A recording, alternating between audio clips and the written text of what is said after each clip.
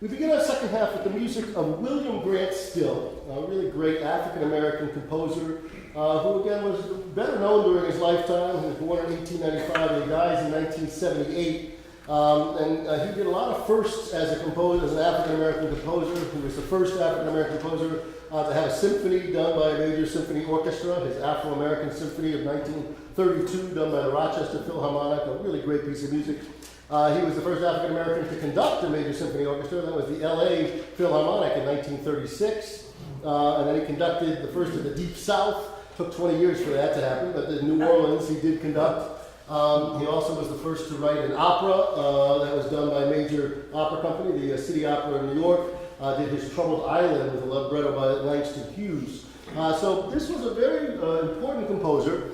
And he was early on wanted to be a doctor, studied to do some medicine, but he had always played oboe. That was his instrument. He ended up getting a scholarship to go to Oberlin Conservatory in Ohio, and that was one of the few places that would take both African Americans and women at the time. Got in, did very well, and then when he left, it was around 1916, 1917, and he went to St. Louis, and that's where W.C. Handy was doing his work in codifying the blues, is writing the St. Louis blues, and so he and W.C. Handy worked hand in hand to sort of work out some of these, how to write down some of the African-American folk idioms. From there he travels to New York, and he is there for the Harlem Renaissance, the flowering of African-American culture, great painters and writers and poets. He was actually in the pit band for the musical Shuffle Along by U.B. Blake, which was the first all-black musical that was done. He was playing oboe for that. So he was there at the cutting edge of a lot of things. He became friends with these artists, and the piece we're going to play, he didn't write till 1943, but it's actually based on 3 different works of art, which I'll show you, which were all done by some of his friends from the Harlem Renaissance. He was really interested in trying to bring some of the African-American idioms, and especially the blues, into more classical music. This was a quote he wrote about his symphony, but it certainly applies to this piece as well. I knew I wanted to write a symphony. I knew that it had to be an American work, and I wanted to demonstrate how the blues, so often considered a lowly expression, could be elevated to the highest musical level. In this piece, he takes 3 different works of art, as I say. Here are the paintings and sculptures.